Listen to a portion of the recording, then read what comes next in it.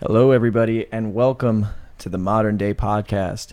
Today's episode was brought to you by Audible. You can get a free audiobook download and a 30-day free trial at audibletrial.com/moderndayjames. There's over 180,000 titles to choose from for your iPhone, Android, Kindle, or MP3 player. I'm getting so good at this.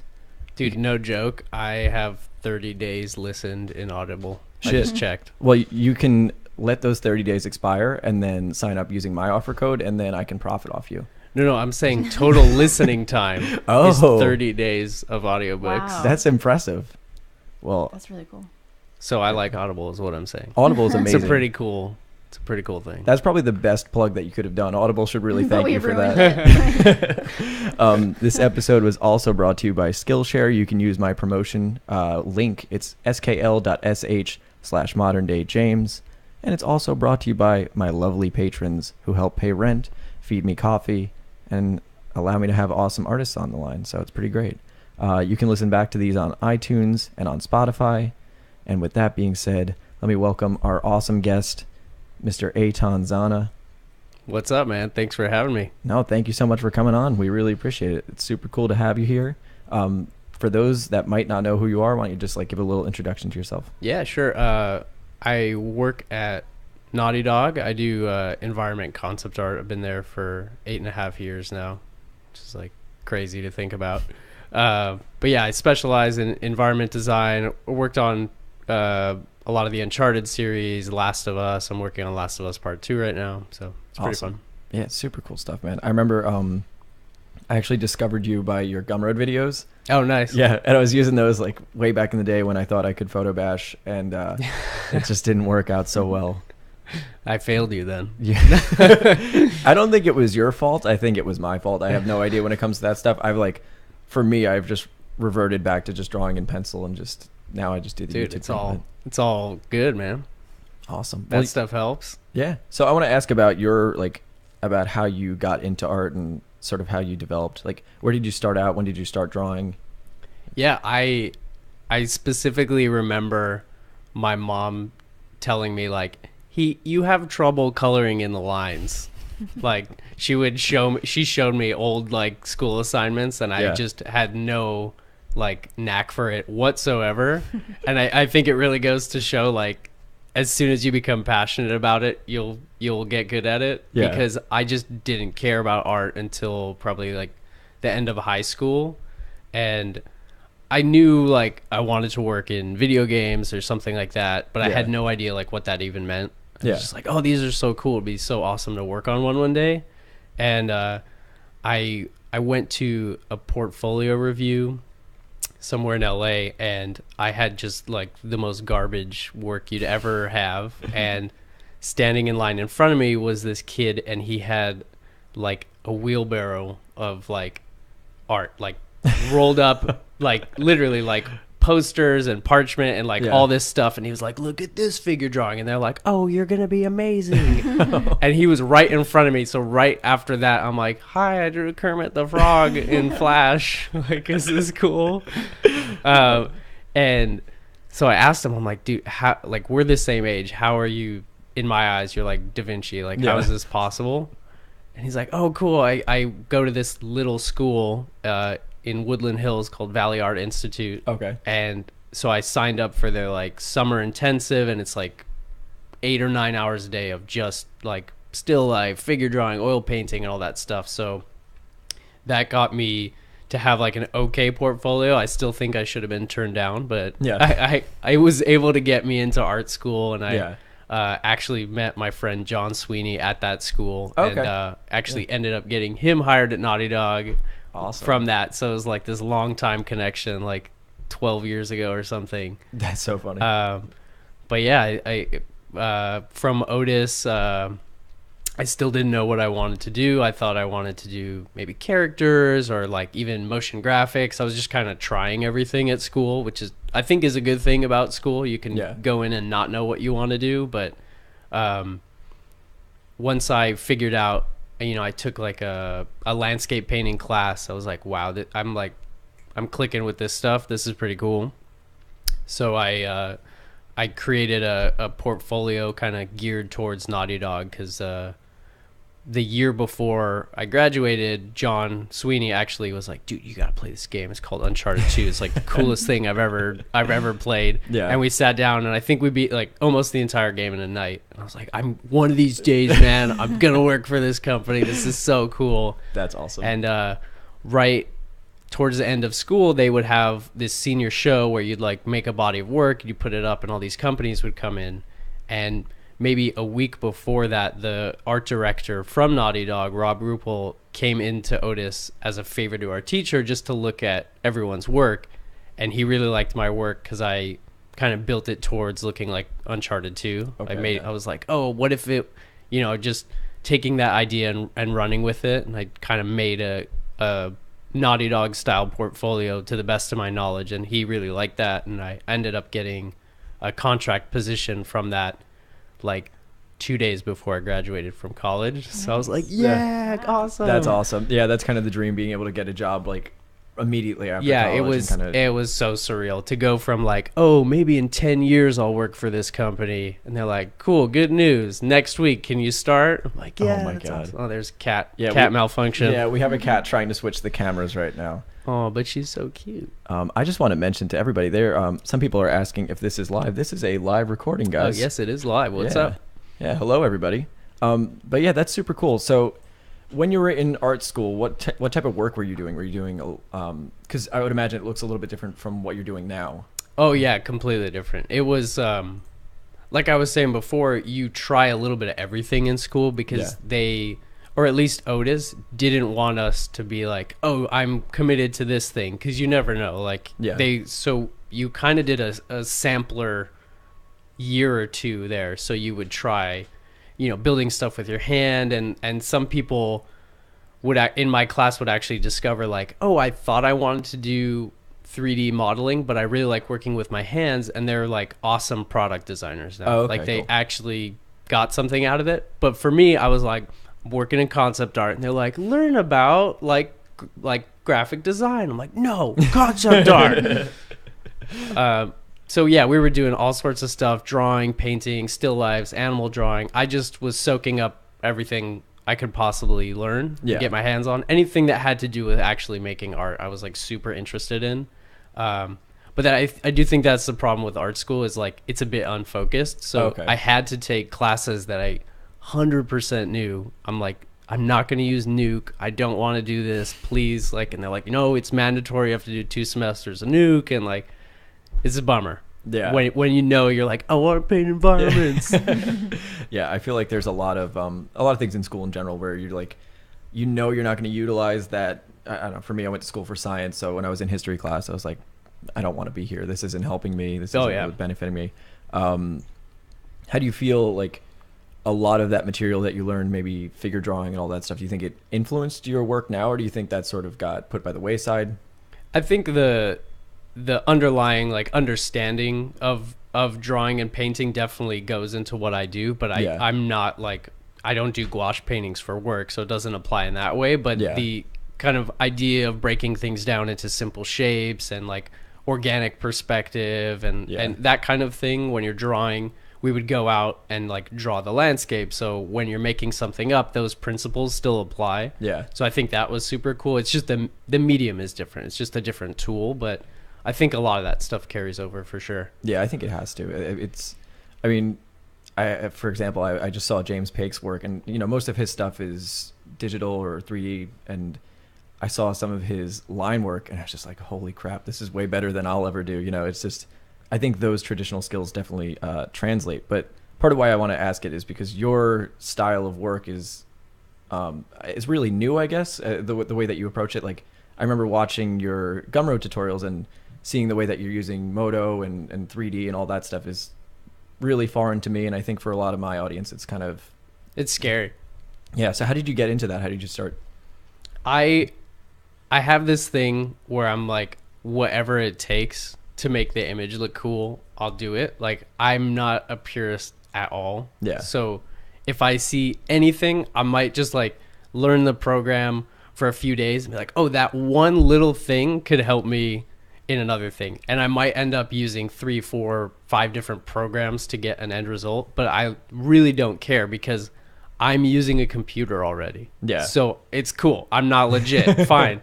So once I'm using a program, I'm like, cool. What does it matter if I use 2 programs now? What does it matter if I'm doing 3D? I think people might get caught up in that, and they're like, oh, but it's not like I'm not making the art anymore. But I did make the art. I just made it in 3D. I still made it.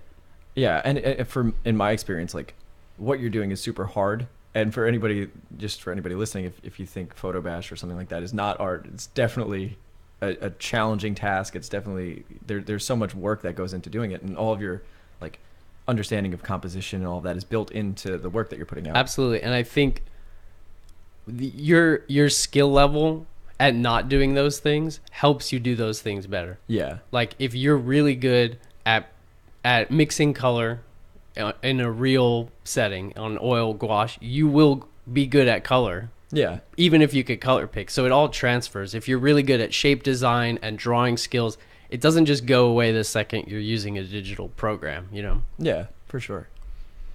Oh man. That cat is ferocious. She just keeps assaulting my hands right now. She's been trying to change the cameras before. But yeah, I mean, some of your work is just absolutely amazing. Like, thank you, man. Yeah, no problem. Not to be a little bit of a kiss ass, but like the composition and everything is just incredible. And how do you go about studying that sort of thing? How do you study composition? I like to. My recent thing has been looking at movies and TV shows, and I think recently, like a lot of TV shows have incredible cinematography, but maybe we don't notice it as much. Like, it's a quicker episode, so they don't have time to do these like pulled out really slow shots like they do in movies. But I do think even in like really boring like British period piece dramas, I'll like have it on in the background and I'm like, holy fuck, like the lighting is incredible. And like the way they're putting the characters there. So I've actually been taking screenshots as I watch things, and I'm like, whenever I have to do a shot and there's 3 people talking, I have like hundreds of examples of this like amazing show, or the way they use the lighting to tell the audience that he's a bad guy is like really creative stuff like that. I think is really important. And I think before that, the way I was learning composition was just breaking everything down into like primary shapes. So I wouldn't be thinking, oh, it's a castle on a hill with a guy on a horse. I'm like, the castle is a rectangle, the hill is a circle, and the horse is a little triangle, and I'm just gonna arrange those 3 shapes so that it leaves it. Fuck this guy, he drove all the way here for this. Says Slow Dive 111. We're coming back. They get so angry. They do. They get very angry. It's that anonymity, right? Like they can just be like, fuck your whole family. They're like 7. Yeah, okay, all right, we're here, yeah. All right, all of you 7-year-olds, stop cursing at us. We're back. You anonymous 7-year-olds, stop bullying me. I actually want to ask about that. Do you ever get any, not that you deserve it, but do you ever get any hate online? I get a little hate, yeah. A little bit? You just don't Google yourself. Just, it's a bad idea. It's a mistake that I don't know why I did that once, and it linked to like 4chan. I'm like, oh, okay. Let's go ahead and click on that. And they were like, this is fucking overrated bullshit. So yeah, it's out there, but I think it's way more balanced out by people that like my work. So it's cool, but yeah, it sucks knowing that someone out there is just like, fuck this. And he was like, no, it was actually all right. I just like, once I met him with just like absolute kindness, he was like, why am I mad at this stranger on the internet? That's how the internet is, man. They're just like, they come out really aggressive and really angry. And then as soon as you talk to them as a regular person, it's just like, it's fine after that. They're always, but I get that a lot on, I Googled myself, same place. And you're on YouTube, like it can be rough in those comment sections. It certainly is. All right. I did want to ask a little bit more about how you built up your portfolio. So going back to art school, when it came time, like when you finally decided you wanted to do concept art and you wanted to do specifically environments, did you, like when you were in art school, did you start gearing all your work towards that? How did you balance that with your classwork? I think I did it for every class. I just turned it into like whatever they said. I'm like, I'm going to make it good enough to be in this Naughty Dog portfolio. And like, again, the Naughty Dog was the far off, like impossible dream. It was just like, whatever is going to get me a job. Like, I'm just hoping it's for Naughty Dog, but I had, again, no idea that was ever going to happen. But I think it starts, there's an overlap of what you're interested in and what the studios want. And like, what's that nice Venn diagram in the middle?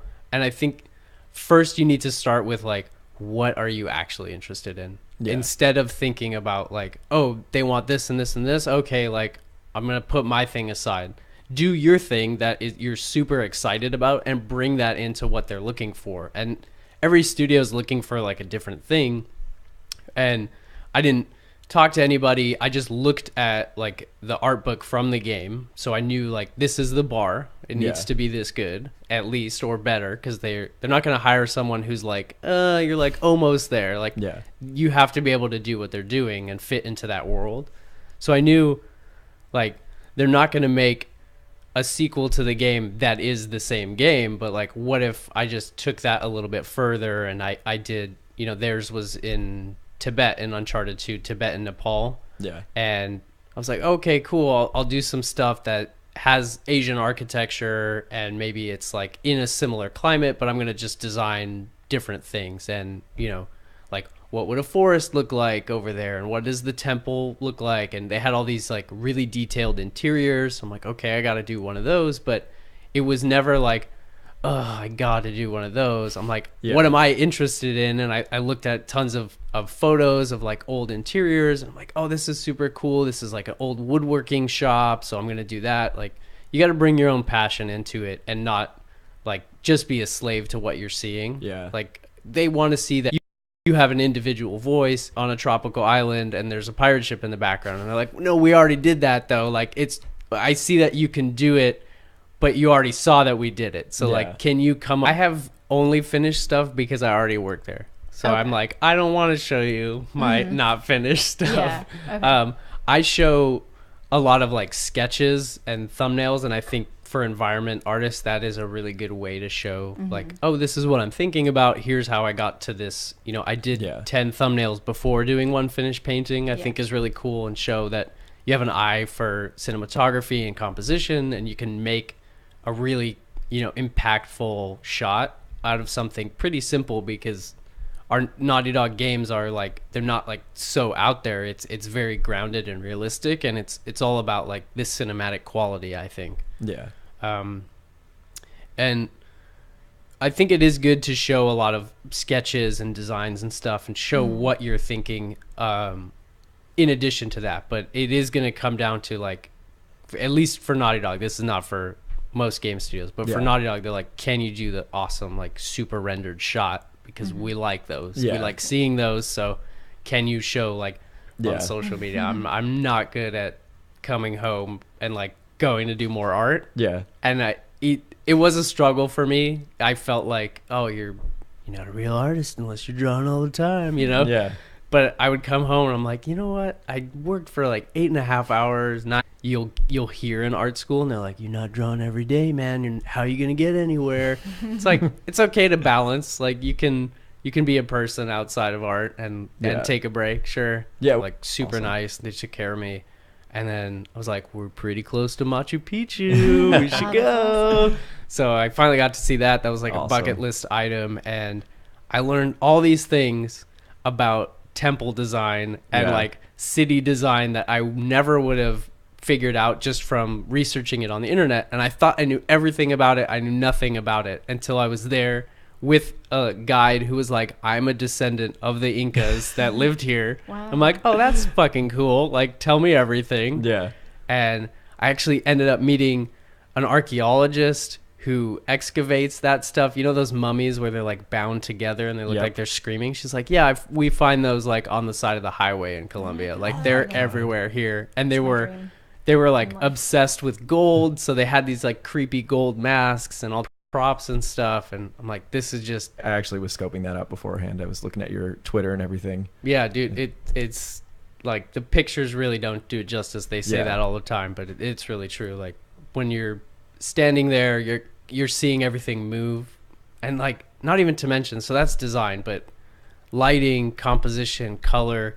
You're gonna see things where you take a picture and you're like, it doesn't look like that. Like those aren't the colors I'm seeing, and that is a huge way I learned color, was going outside and doing plein air paintings.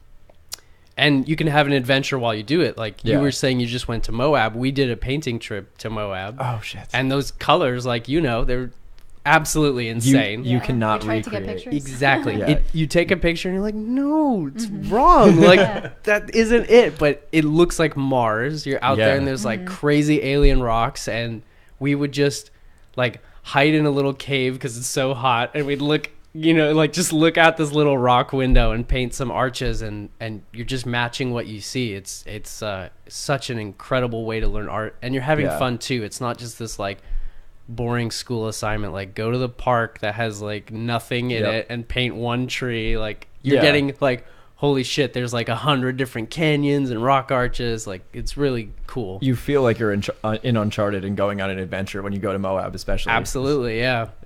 We drove across the country, and well, you can skip the middle of the country because you have places like Kansas, where I'm currently an outlaw.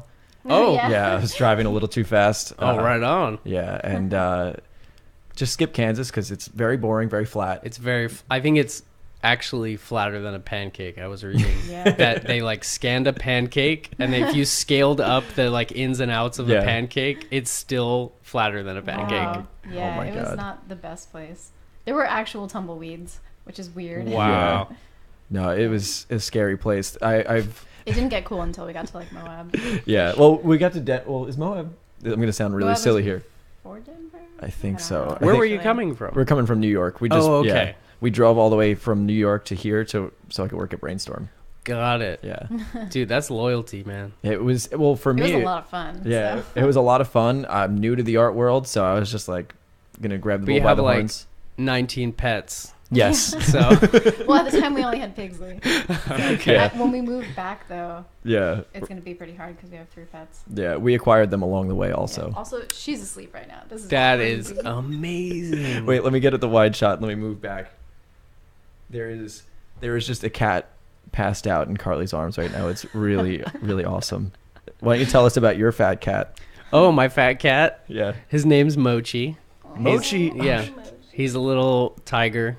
It's very orange. He's actually the color of like a paper bag. Okay. Like he's not quite orange. He's very dusty. Yeah. And we have like the same color wooden floors, so he's camouflaged. And he likes to hop in paper bags. That's So awesome. it's Oh my like God. he's very hidden all the time. He likes having like little caves and stuff, so he'll hide under things all the time and just hang out all day. Oh, that's great. Just like a cat should, just hiding and being lazy. Yeah, she hides Yeah. behind cushions, and every time I sit down, I'm like, I'm going to crush her one day. Yeah. Yeah, I was very worried about that because he wants to like cuddle all the time, but when he was like this big, you're like, I'm gonna kill you by accident. That's gonna be really shitty. We had to get her a little jingle collar. So Yeah, we knew where yeah. she was. Exactly. Oh my God. Yeah, we love having a lot of pets. It's we've acquired them along the way, and it's been quite a journey. Yeah, I grew up with like 2 dogs, 2 cats, 2 parrots, fish, turtles, like all at the same time. It was nuts. Oh and my I God. have 3 brothers, so Oh. it's just the worst. My parents are just masochists. Why Oh did they my do God. that? The Zana household must have been crazy back then. It was pretty crazy. Yeah, we were really encouraged to like play outside. Yeah. And as a kid, you're like, my parents are awesome. And I'm like, oh, we were annoying.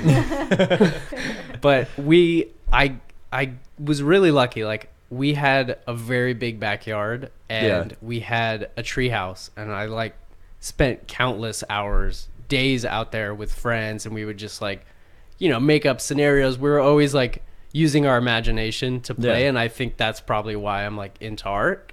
Yeah. is we just made stuff up. We would make up stories, and we would build Legos and just make up different scenarios and stuff. And it wasn't until I was like 13 or 14 that I played a video game. It was like, Oh, shit. it was like PlayStation 1, or maybe I was like 11 or 12. But yeah, it was very early on. Like I was just playing with toys and going outside and reading comic books. So I was soaking all this stuff in without even realizing it, Yeah. Did your parents, did they approve of your decision to start doing art professionally or to go to art school? How did they feel about that? They weren't they weren't anti, but they were like, make me a case because I don't know what you're talking about.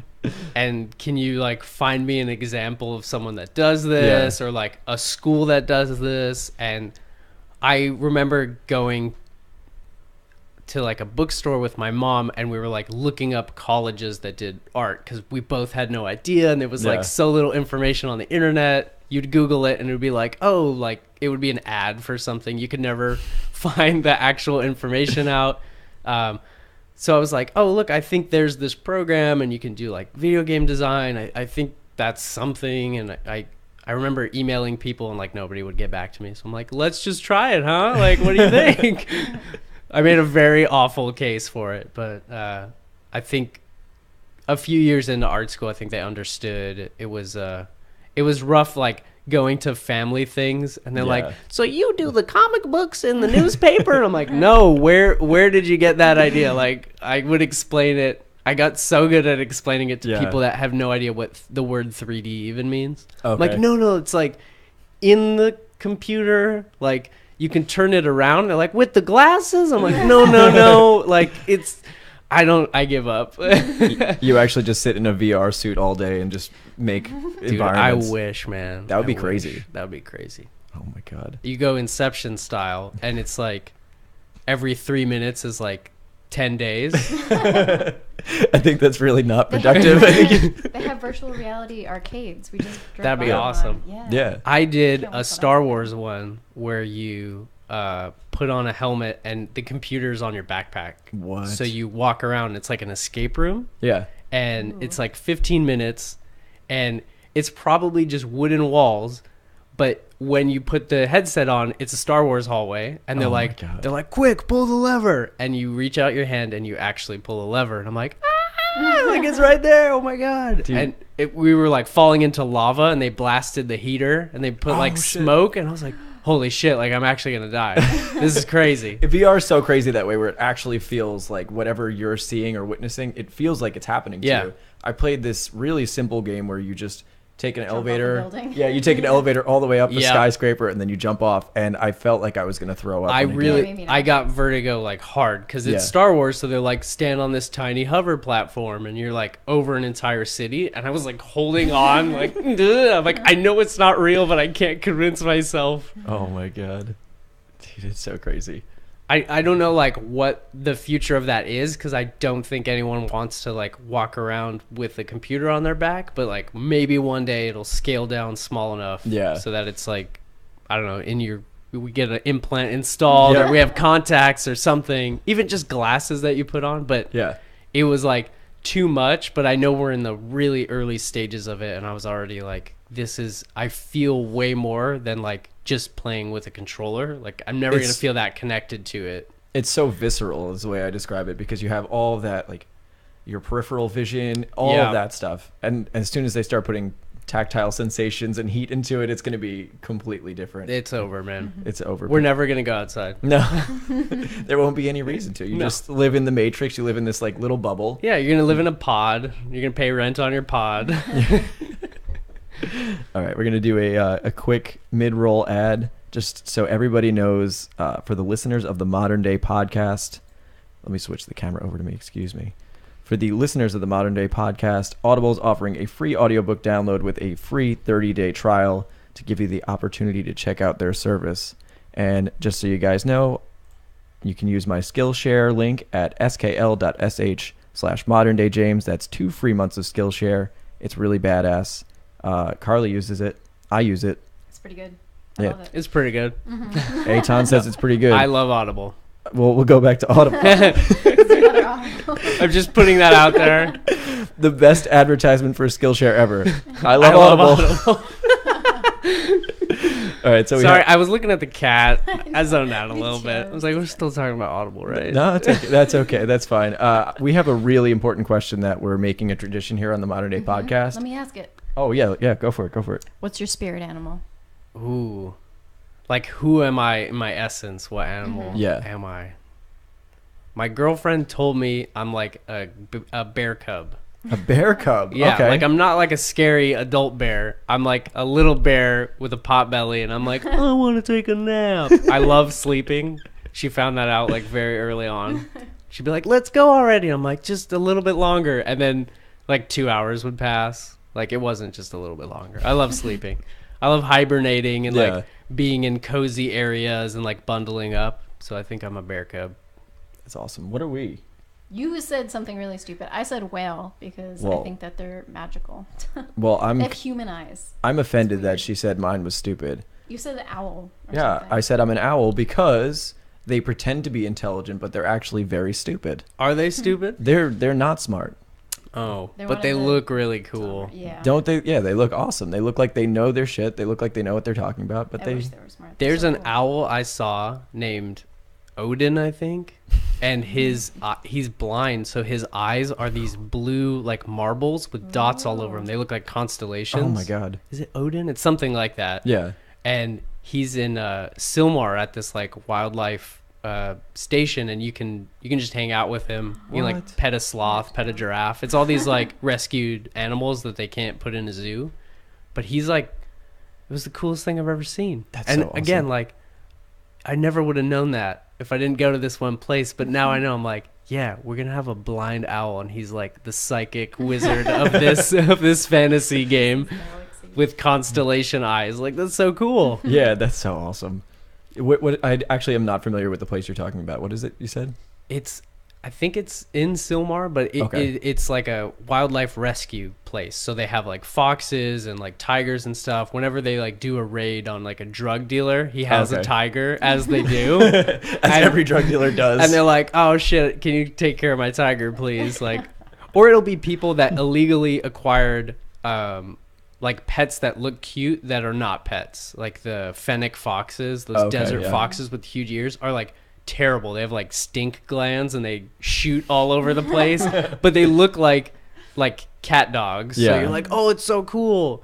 And they yip and they like scratch at everything. So people will come in and be like, I did a bad thing and I illegally got this. Can you guys take it off my hands? So it's filled with animals like that, or animals that were used in film that are like retired from that. So there's a giraffe named Tiny that was in a bunch of films, and you can go feed him. So you like hold out a bunch of lettuce and he just dips his head in.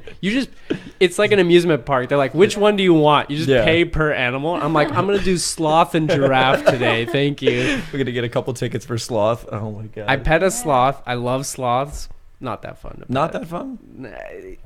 I was like, is it dead? They're like, no, you can just pet its back. Like, it just only cares if you have food. Oh, but I'm like, but I can't feed it. I can just pet it. So I was just like, all right, this is not as cool as I thought it would be. It feels very one-sided. He's just not reacting to you at all. Yeah. And they're not fluffy like a cat. They're like very coarse. So it feels like you're petting like a bunch of dead branches. It's like kind of not awesome. The giraffe though, awesome. Oh man. The giraffe was like into it. Did you get to ride the giraffe? Didn't get to ride. That's, like, He's very it's dangerous. so funny because he's on the other side of a wall, so you just see this head, and he's like, "Hello, do you have any food for me?" Oh my god. There's this Carly's a knitter, and there's this place called Rhinebeck where they do the Sheep and Wool Festival. It's actually this weekend. I'm very sad. I'm not Yeah, there. we're sad that we're missing it, but it's all knitters, all people that like do any sort of textile craft. Shepherds. Yeah, mixed with farmers, and they just Whoa. bring all their livestock. And They have like livestock shows and like I don't know. They have like a dog show where they have the sheepdog like chase sheep around. It's That's the most awesome. amazing thing. yeah, and they teach you how to shear sheep. They teach you how to shear alpaca, which I never thought would be something that I would want I have to do. an alpaca sweater from Peru. Oh shit! All Baby right. alpaca is like the rage over there. Yeah. It's Baby it's alpaca's very super soft. super soft. Yeah, it's super soft, and they're very funny looking. They look like furry llamas. They hum. Did you know that? They're like, meh, meh. They're really weird. Like Yeah. they're at Machu Picchu, That's awesome. and they put them there to maintain the grass, which is Oh, hilarious. That's awesome. Because they don't want they want to keep the temple looking like all ruins, but they don't want like more roots to grow and break some of the rocks and like, ruin some of the path. So they just introduced them in the 90s, and there's just like tons of alpacas up there. Right. I thought they were like native to that place. I'm like, when you guys found it, were they just here? How did they get here? Like, this is so weird. And they're like, no, we brought them on a truck. And I was like, oh, right. Okay. The way I'm going to go now. The way every species repopulates just by being brought over on a truck or a boat or something. I just had this whole magical idea. I'm like, did the natives like get along with them? Was there like a ritual with the alpacas? Yeah. Well, they actually They rode eat the them. alpacas. Oh, yeah, they do eat them. They do eat them. It's sad. They kept saying they're like, it's just try it. Like, it's better than the steak. And I was like, I can't, man. I just pet like a baby one an hour ago. I'm not gonna just eat it. I can't. So you didn't eat it. I didn't eat it. That's good. You're a good person. I will try to eat like one weird thing on travels. Like I ate anaconda when I was in Cambodia. I was like, when am I gonna get this chance again? It's pretty good. You travel a lot. That's great. Yeah, talk about that a little bit. So you've already mentioned Cambodia, Machu Picchu. Like, how often do you travel? I try to do like a trip a year, like one like epic trip. I did New Zealand last year. The year before, we did Vietnam to see the biggest cave in the world, which is absolutely insane. What the hell? It's you can't fathom how big it is. Like you look up and you have to just keep looking up. You can't see the top. Oh my god! So it has these two sinkholes. A million years ago collapsed, so it's just a really straight tunnel pretty much, and then in two sections it collapsed, so there's natural light, dripping water, vegetation, like full uncharted looking cave. Oh my god. And it's in its widest part, I think, is like as wide as a 747. Like it's Christ. Just you can't really comprehend how big it is. And I'll show you some pictures after. There's like you'll see a dot, and I'm like, that's a person. Like it just looks like a close up of a cave times 10. Like your mind can't really understand what it's seeing. Oh my god! What we saw, like a drone video on Vimeo of somebody flying through that, and immediately we're buying tickets. Like we have to go see this thing, and you have to buy them a year in advance. Whoa! Okay, because there's so many people that want to see it, and what's great is they only let 10 people in at once. Damn. So you go with your group, you go see it for 5 days it takes to see this thing. Holy shit. So you get to the end after like day 2.5 and then turn around. But it's that big. So you're just walking straight for 2.5 days to get to the end. Right. So you camp out in the cave 3 different campsites. Okay. It's insane. They set it up all for you, so you'll like a video game, you crest a hill and you'll see like smoke and little tents, and they're like cooking because they went a day ahead of everyone. And you're like, oh, that's so cool. We're at a save point. That's awesome. We're at a save point. Oh my god. But you talk to the people that do it, and they do this like 3 or 4 times a month. They're like constantly doing this, and they're like, yeah, at the end of the cave, like we hear flapping of wings, but there's no animals in here. Like we don't know what it is. Oh my god. There's baby, like really tiny birds at the entrance of the cave, but there's almost no wildlife in the cave. And they're like, yeah, we just call it the dragon. And I'm like, oh, that's cool. What is it? Smoke. Like, what are you talking about? So you're just telling me there's a mystical being at the back of this cave. Something. There's some giant bat or something that you can hear it at night. There's just this like, woof, woof. And I'm like, oh, cool. Like, awesome. Bloodborne. Yeah. To get insights to see it. Yeah. Oh, yeah.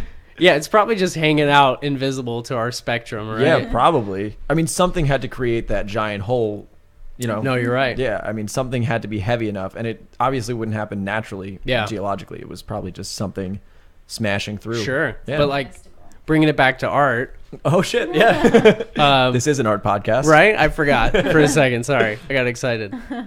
But yeah, the lighting scenarios, the scale of the textures, the fog and stuff, it's something you would take a picture of and you're like, nope, wrong. It doesn't look like that. But I'm a fucking expert on caves now. Like I know exactly what a cave looks like with natural light pouring in. And we got all these different lighting scenarios. It would be super sunny one day, and then the next morning the whole cave was filled with fog. And it was like, even creepier. Like we're about to face a boss, right? Like the fog came in. But you see all these things in real life, and I don't just go like, oh, cool. Anyway, I'm like, save that for the next time somebody asks you to do a creepy image in a cave. Like, remember that one time you were literally inside the biggest cave in the world? Yes.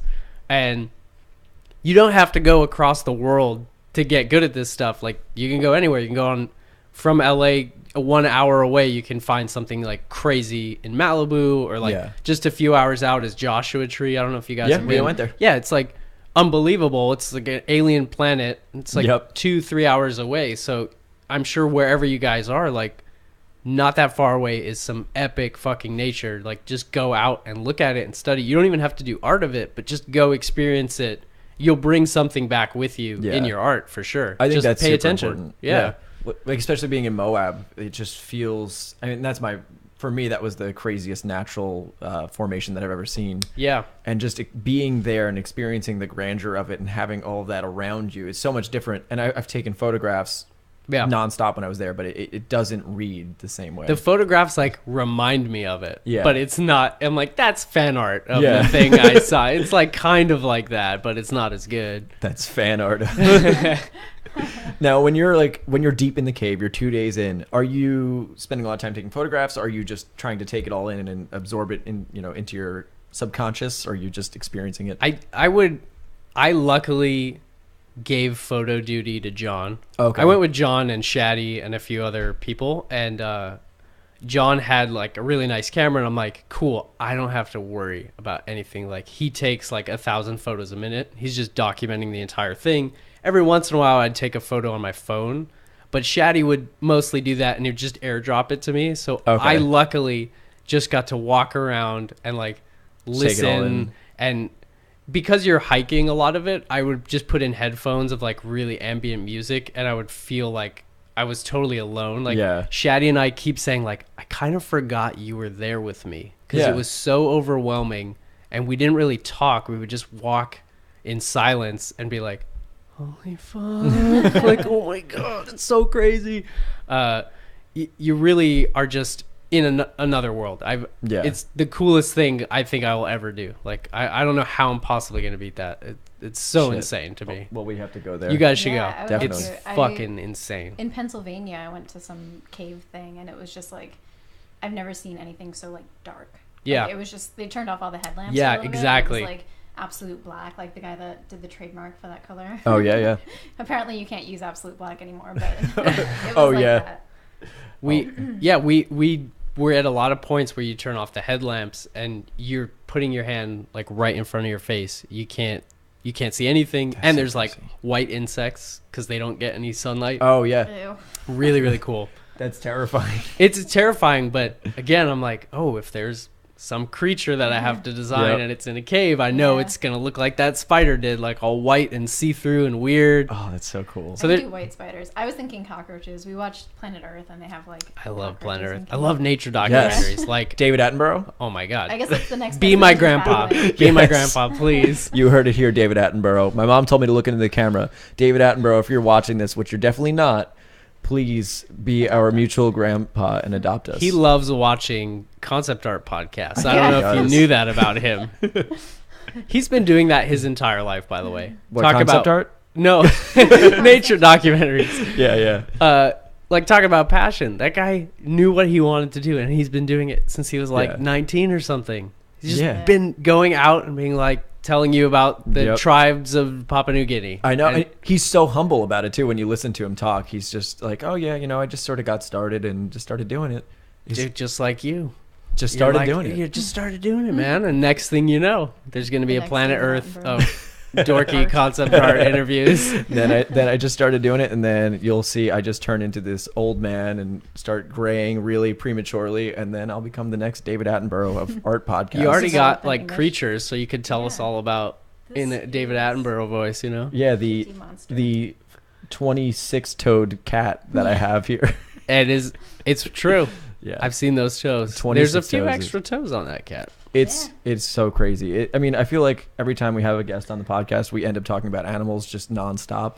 Might just be that I'm obsessed with them, and I feel like a lot of people. Really, you like animals? I didn't know that you liked animals. No, I don't. You don't like animals. I don't like them. I just collect them, and then just you just put them on the shelf. Yeah, I just put them on the shelf, just because, I'm not really much of a hunter. I don't have good aim, but I like to have them around as trophies. Yes. This is Yeah. terrible. Trophies of love. Yeah, I love trophies. I want to ask about Shadi. He's one of the funniest people, I think, in the concept art world. Yeah, he's pretty funny. Yeah, I think he's hysterical. Can you talk about just hanging out with him? How is that like? Sure, yeah. I met him at Naughty Dog, and he was talking to Maciej Kuciara, Yep. who sat next to me at the time, and I just started. I'm fucking nobody. I'm freaking out. I'm like, I'm an imposter here or whatever. And they were just shooting the shit, and I don't even remember what I said, but like I said a joke about what they were talking about just to like get in on it, because like you're right next to me, and then he turned around and it was like instantly like, yeah, this guy gets it. Like, you want to go get lunch? And it was like, that's awesome. Like just a few days into working there, and I was like, cool, new best friend, awesome. And that's like, so great. Since then, we had been doing the like outdoor painting thing. That was all him. That was him and Nick Gindro. Yep. Who teaches at Brainstorm. I know him. Yeah, he's gonna come on here. Oh, awesome. Yeah. So they started going. I went with them. I met Nick through that. And it was like, who's this little Nick guy? Like, who's this kid going out painting? But yeah, like it was in its heyday. It was like all these artists that are now, successful concept artists. But nobody told us to do that. It was just like, do you want to bring your laptop outside? That sounds kind of weird. But like, what if we do what we do for work, but we practice in a real setting? Like, let's go outside. And it ended up being like, now we're going on yearly adventures, and we went to like Italy and France as a painting trip. We went to Switzerland as a painting trip. Like we're trying to go all over, and we do that for workshops now. So it kind of went full circle, and we're like, why don't we teach people how to do this and go on the adventure too? Like, we get to do what we wanted to do, and we're getting paid to do it now. Like, that's super cool. We just did it on our own, and it turned into this whole thing unexpectedly. That's so awesome. And you get paid to travel, and you get to go all around the world. It's amazing. It's awesome. So I get to do like two of my favorite things at the same time, and it's awesome. And I'll always like make a trip out of it before the art stuff, so I can get to enjoy it. Because when you're painting, you're just like, fuck, like, like I'm fucking it up. And you're supposed to be the instructor, so you're like, please don't walk over right now. Like, this is so bad. But yeah, we would always go like a week or a couple weeks before and like scout it out, but just enjoy the trip and like have fun on it. So yeah, that's it's funny that you mentioned fucking up when you're instructing, because at this point I've been instructing a lot, and I just own up to when I'm making a mistake. How do you deal with that when you're instructing and you're just bombing, or if something's not going right or the way that you want it to go? It happens 100% of the time. It's never just gone the way I wanted it. It's always like, no, I got it. I did a little sketch. It's cool. I'll just bring in this sketch and I'll work it up. It's no problem. Yeah. And then I'm like, sweating, okay. And everyone's just silently like looking at me. I can just see in the dark room. Yeah. All the eyes are on me. Like, what's he doing over there? Like, that's a weird color. Or they'll ask a question like that just kills you, and they're like, did you want the perspective to be weird? And you're like, no, it's just my style, okay? I hate when I get something like that, and it just kills you. And then you get very nervous, or once you start feeling like you're blushing, or that like a drop of sweat, you just know it's over. Once you're in your head, it's over. But yeah, art is always just like pulling up the plane. Like the engine, both engines are on fire, and you're just like, oh, go.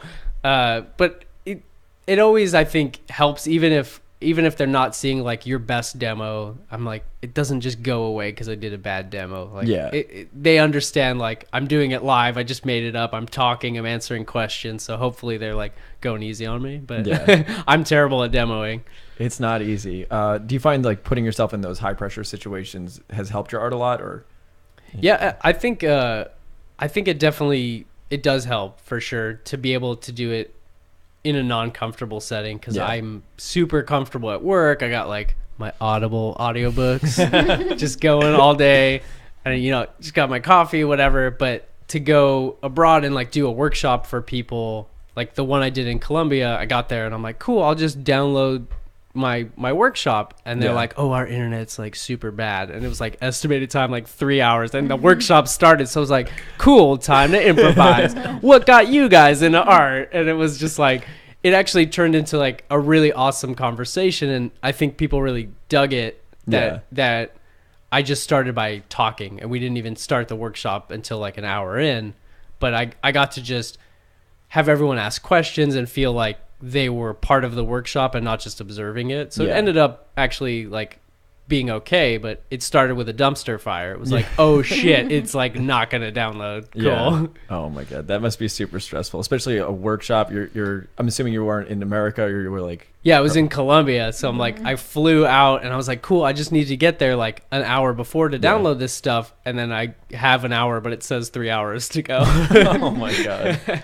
Yeah, I have that happen sometimes when I'm I have this tendency to like to do things on the fly or do things on the spot.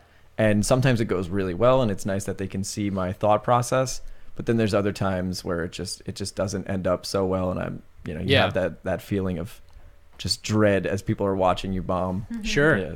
But don't you think that teaching helps you get better at what you're doing, because you have to like put it into words a little bit? Yeah, I mean that's why I started this whole YouTube channel thing. It's like for me it was just a way of giving myself a schedule, and then just having like just explaining everything so that I could memorize it and just sort of have that information stored in my head. Because I would just make art and I'd be like, see what happens. Like just fucking put some shit down, improv it.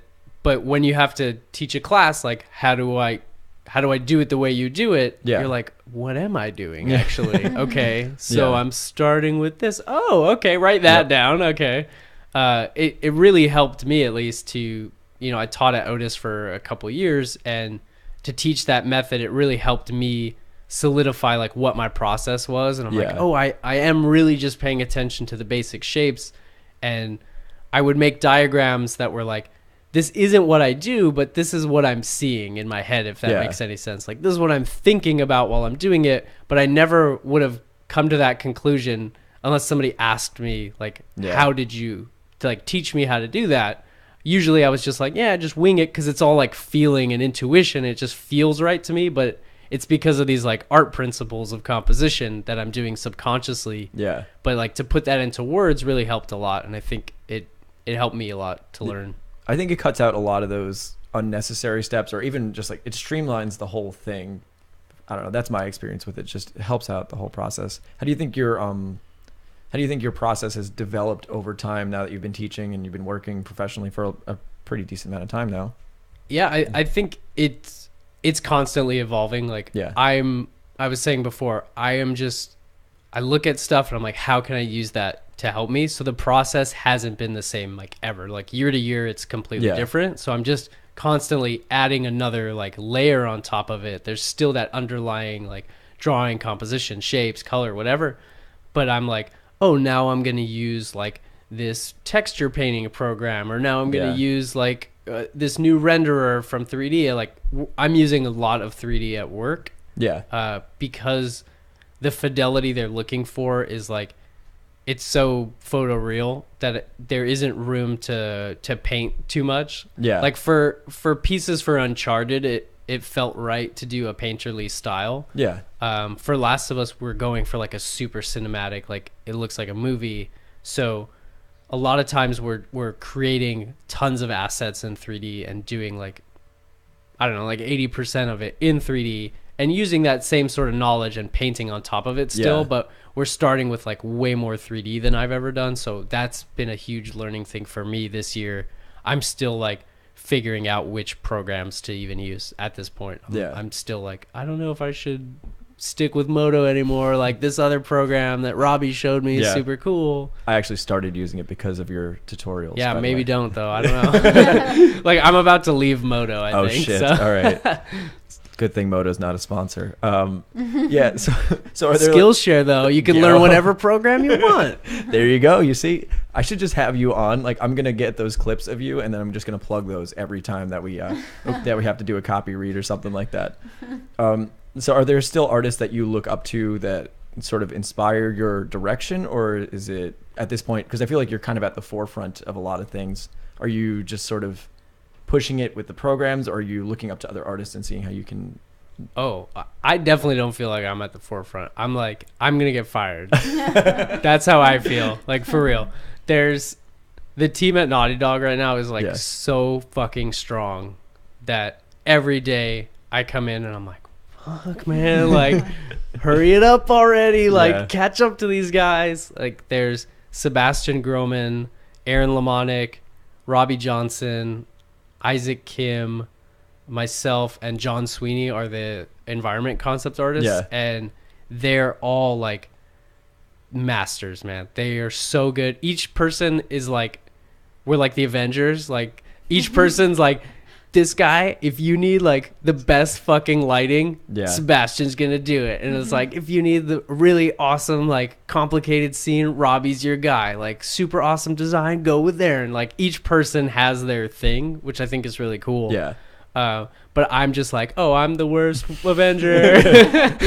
Who is the worst Avenger in the Avengers? I don't watch the Avengers. I don't know.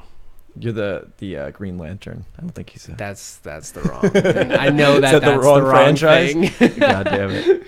That's so funny. It's interesting to me, though, because I feel like we had John Park in here a couple weeks ago, and I feel like he shared a lot of the same sentiments because he's working on one of James Cameron's, I think it's a sequel to, what's the movie? Avatar? That's the one. Yeah. And You heard of it? That indie movie? I've never heard of that that indie movie Avatar. And it's so funny because we look up to these artists and we're like, oh, they're just so good, they're so incredible, but they still share that same self-conscious feeling. It doesn't seem to ever go away. Yeah. I think if it goes away for you, you're done. Yeah. You're extinct as an artist. If you're like, I have nothing to learn. Like, what? No way. If you, and I think I've met people that they're not thinking like, oh, I'm done, but they have like such a fucking ego Yeah. where I'm like, I would never want to work with you. Like, I look up to your art, but like Yeah. the second I met them, I'm like, this dude's a cock. Like, this guy sucks. And it That's makes great. me like not care about their art anymore. Yeah. I just have a hard time separating it because I'm like, I hung out with you like all day and you were Yeah. just a dick. So like, I don't know why I would like your work anymore. You're an arrogant asshole. We'll tell them to come on the podcast. We'll get Right. a little bit of their perspective and we'll see what they have to So say. Eytan said, So Eytan name dropped you and said you were a very, very egotistical artist. yeah. Do you encounter a lot of those personalities? I mean, No, thankfully, no. Like, but I notice a trend of the artists that I love and look up to are all like really passionate and Yeah. positive about it. And the artists that I don't like have huge egos. I'm like, oh, Yeah. that's weird how that is exactly how it worked. Like, you're a dick and I don't like your work. That's cool. Fine by me. Well, you heard it here, guys. You're a dick, and I don't like your work. Don't be a dick. Yeah. Just don't think that like you have nothing to learn. Yeah. Or that you're like, I got it. Like, that's a really bad attitude. You should be hungry for it. You should be passionate about it. You should, Yeah. in a healthy, positive way, be like, I want to learn as much as possible and look up to these people. But I think once you're like looking down on people, or you're feeling your insecurities as art come to like, oh, I'm gonna throw that guy under the bus, or I'm gonna like Yeah. talk shit about him because you're like, I'm not as good as him.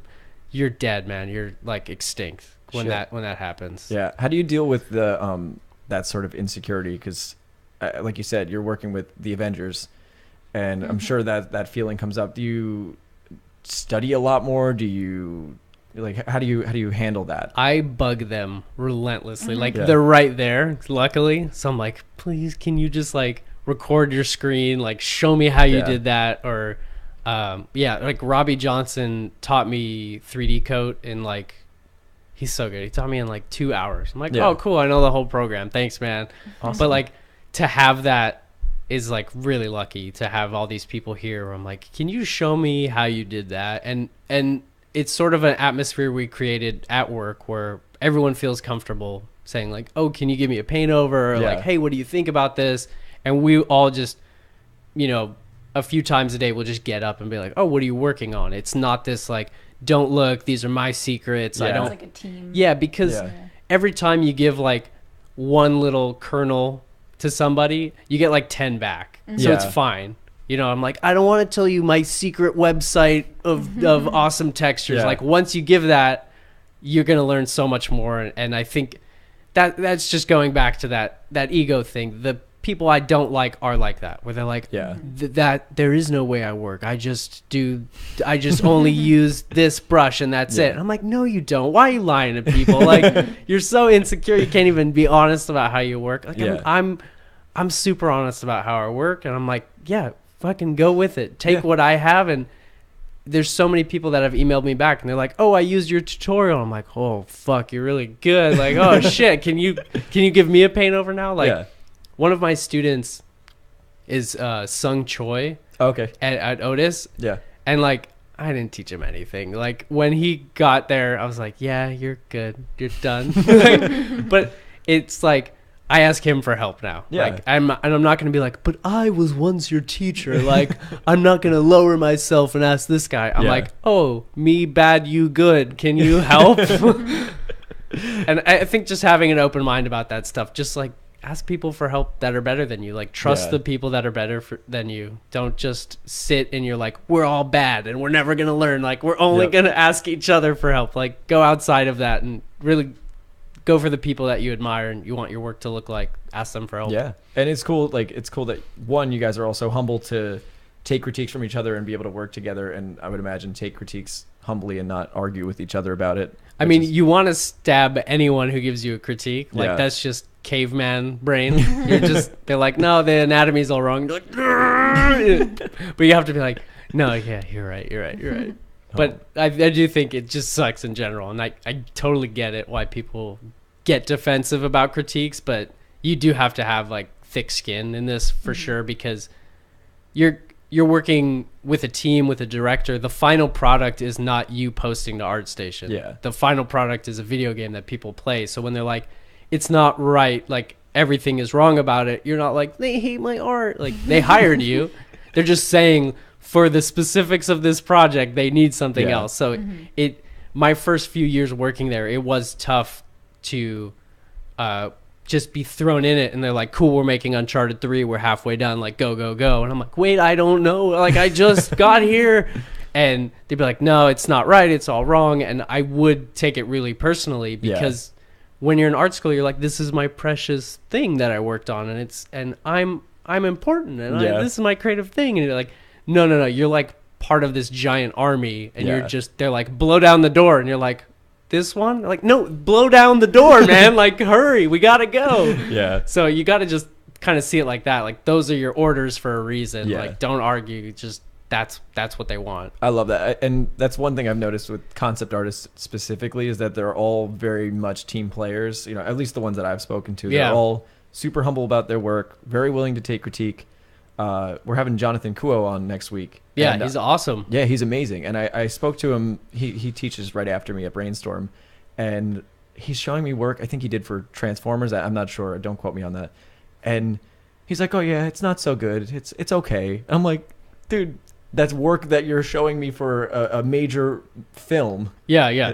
But to him, he's not lying. He's like, all I see are the problems here. Yeah, exactly. And I think that's how everybody feels. Like, I can't look at anything I just posted. Like, none of my art, I'm like, God, it's like fucking awful. How is anyone looking at this or liking this? It can be rough to get out of that. Yeah. Well, I mean, but it seems like you have a super positive attitude about it. And, you know, even though it is a little bit rough and challenging, it's good to see that, like, one, you're super positive. Two, you have all your friends around you, which is great. And I don't know, it seems like you guys have a pretty awesome environment there. That's why I've been there 8.5 years, man. Yeah. It was like, I heard the turnaround for games was like 1 or 2 years, but I got there and I was like, no. Like, I can't leave. This is like, it kind of just ticked all the boxes for me. Yeah. I'm like, so far, I'm like, yeah, this is awesome. I'm not going to leave. This is great. Yeah, it's such a good place to work, it seems like, too, because not only you're putting out awesome content, but you're also growing all the time. It's not a job that seems stifling or you're doing the same thing over and over again. Yeah, absolutely. Like, our way of getting excited about it, and I think that is important to get excited about your work, but our way is to learn how to get better. It's like, the subject matter is like, we know that it's destroyed buildings and vegetation, so that is not going to be like really driving us crazy. Like, how are we going to do that? It's more like, how are we going to get better at lighting and staging and these 3D tools? So that's what everyone is really passionate about, is like learning how to do the job better. Yeah. Awesome. It's a lot of fun, man. Learning a lot, growing a lot. Super cool. Do you have any advice for maybe your former self or for young students that are coming up nowadays? Go to Brainstorm. Like, if honestly, Brainstorm. For real, if that was around when I was in school, I would have 100% done that. Like, I think if you are going to end up paying a fortune for art school, so if you're in America or a country where college is expensive, don't go to art school. Like, don't do that. Go find these little schools, fly out to Burbank, take a brainstorm class. Like, you have to make your own curriculum, but just try it all, because even if you took every brainstorm class, it's like, sorry. No, it's okay. It's like, I'm just getting choked up, man. It's emotional. It's emotional. Like, if you just took every class at brainstorm, it would be like one semester of art school or something. Like, it's so much cheaper, and you get to vet the teachers. These are pros. You don't just get whatever the school gives you, because I had teachers that were fucking awful, and they had been there. They're tenured. They haven't done art. There was a guy, and he's like, "Oh yeah, I worked on the original Tron." I'm like, "So, like, how are you critiquing our stuff? Like, this doesn't make any sense." Yeah. But you get to look up the teachers and be like, "Oh, Jonathan Kuo, like, what does his work look like? Oh my God, yes, I would like to take his class." So you get to decide what you want to do. So even just trying everything, making your own curriculum, you're gonna get so much more out of it. Like, I had 8 classes and 5 of them would be non-art classes, like, every semester. That sucks, and you're paying a fortune for this stuff. Yeah. So definitely go to Brainstorm. They'll tell you all the specifics, but that's some general advice. Like, go to the professionals and learn from them. Yeah, especially since they're offering like such cheap education. I know we know so many people that are still in debt. You know, I'm still paying off school, man. There It sucks. Me too. Yeah, so many people are paying off their student loans. Oh, I mean, we have a couple friends that did finally finish paying them off, but it's crippling. And it's, you know, you can get that education from more qualified individuals. Absolutely. Not myself, but. And whatever you're thinking you're missing out from going to art school, you're not. Like, you're going to make connections with the students. You're going to form little groups and do art together. You're going to meet the teachers. You're going to get jobs from the teachers if you're good enough. Like, all these things that art school promises, you're actually going to get at a small school. And I think it's just like, I felt like I was lied to a little bit. Yeah. They're like, "Oh yeah, we have like crazy job placement." I'm like, "Oh, but Hot Topic doesn't count." Like, no, like, so many people that I graduated with are not working in the field that they said they were going to work in when we graduated. Like, I'm going to be a motion graphics guy. And it's like, no, what are you doing? Like, I look them up on Facebook. I'm like, this school failed them. Like, this sucks. They just promised them, like, give us money, you get a job. Mm-hmm. That's no. Like, obviously you have to do some hard work, but I do think the school was not good in finding the right instructors and like telling people what they needed to know. Yeah, and I think also a big part of, at least from my experience with creative stuff or anything like that, there's an equal amount of self-teaching and just putting in that mileage that you have to do that you can't necessarily just get from going to school. Yeah, sure. That's something you got to bring no matter where you're going, for sure. And, you know, not to make fun of Hot Topic people. Sorry, I feel bad about that. If you're working at Hot Topic, I'm sorry. You're sounding very elitist right now. You've insulted. My brother used to work at Hot Topic, just so you know. I worked at a clothing store too. I'm right there with you, man. It's but hopefully they don't like it. So no, he didn't. Hopefully like it. You want to get out of there. Hopefully I'm inspiring you more than putting you down. If you work at Hot Topic, you're gonna find a very proud Hot Topic manager who's gonna leave a very angry comment specifically towards you. Maybe you'll get it in your email later this week. Dude, 10 years from now, from this day, someone is gonna like be at Naughty Dog, like the next creative director, and they're gonna be like, "I worked at fucking Hot Topic. What you said, what do you have to say I about got that? here because I hated what you said." Oh man, it actually kind of reminds me of something. Not to bring up Shadi again, but he said something in that. It's just always like nonstop. I just can't get you to focus on me. I can't focus on you. I'm sorry. You're always bringing him up.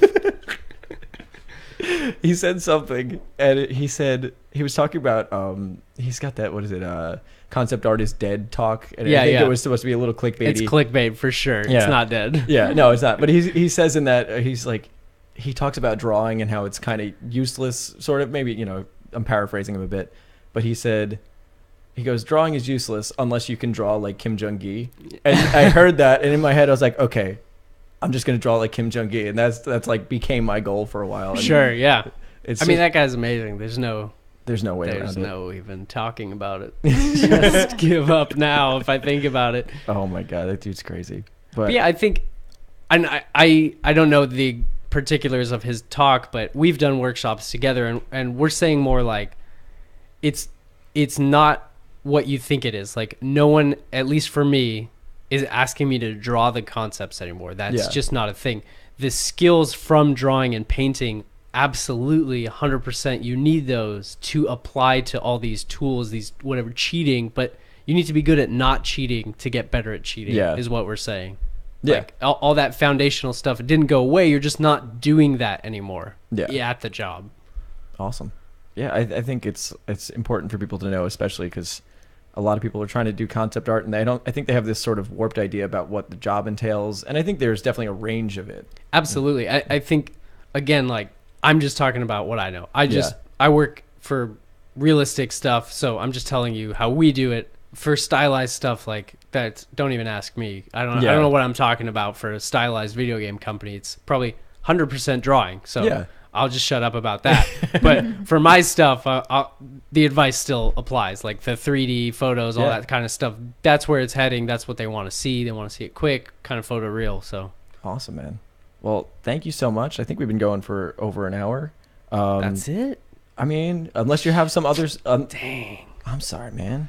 I thought you had lunch plans. I mean, but this is so much fun. It is pretty awesome. I will just, not to plug myself, but this is a lovely setup that we have here, and it's really cool. Yeah, well, I love it.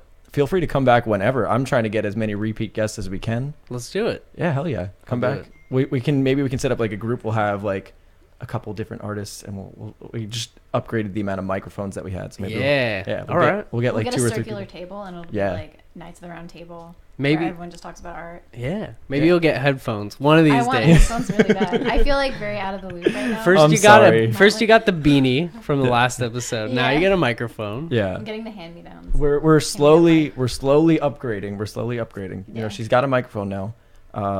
You know, at least I can be heard. This is a low budget podcast. We're doing our best, dude. What else do you need besides microphones? Like, I need another person to sit here and click these camera switching buttons. Yeah, I would do it, but I'm so nervous I'm gonna mess it up. It's not. It's a little. I believe in you. There's 2 buttons. I don't know which ones. Well, there's 6, 7, and 8. It's a crazy combination. But